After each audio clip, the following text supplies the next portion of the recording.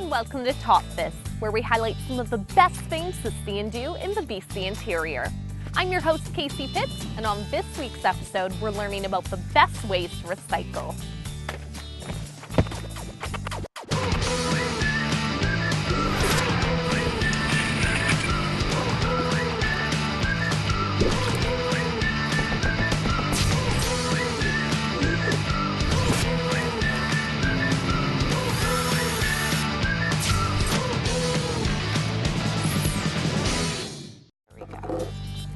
This week, we're in Prince George at the Recycling and Environmental Action Planning Society, also known as REAPS. We have great stories from across the province for you. And first, we're off to Chilliwack, where we visit a unique community working together to get ahead of the recycling process. Reporter Tiffany Gurden visits their village. Tiffany? Thanks, Casey. The best way to recycle. Now, why just recycle when you can reduce, reuse, and recycle? We're here at the Yarrow Eco-Village, which is just south of Chilliwack, to learn how they take recycling to the next level.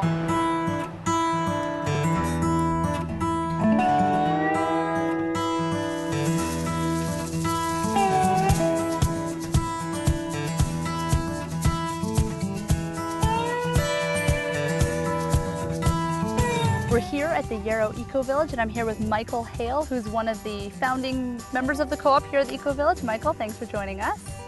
Thank you for Now, recycling, reduce, reuse, recycle. You guys take care of the full gamut.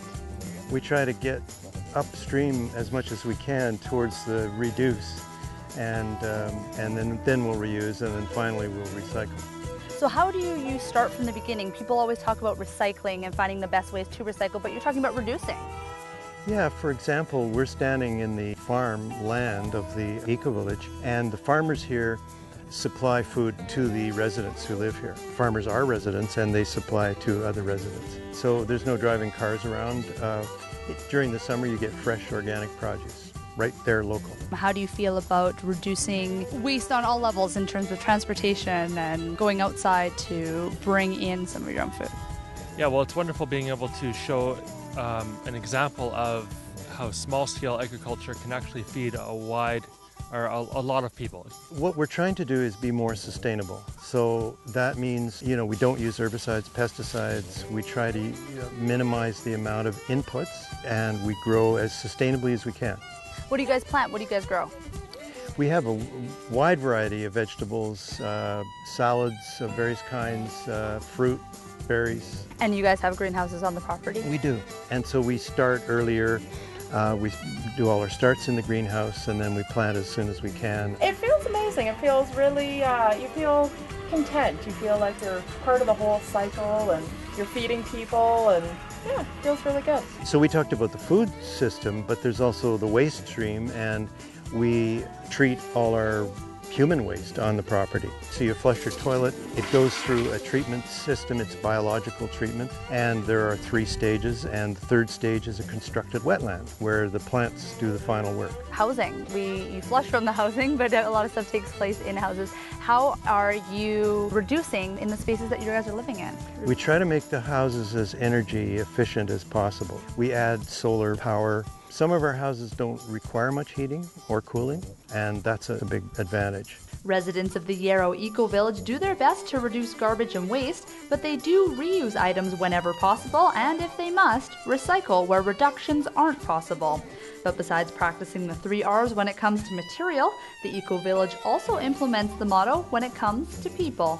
So the housing at the Yarrow Eco-Village is designed on a co-housing model, and some key features of co-housing, the more common parts of the house are towards the common lanes. So kitchens and living rooms are more towards the front of the house, and more private spaces like bedrooms and bathrooms are towards the back of the house. Another feature of co-housing is having what's called a common house.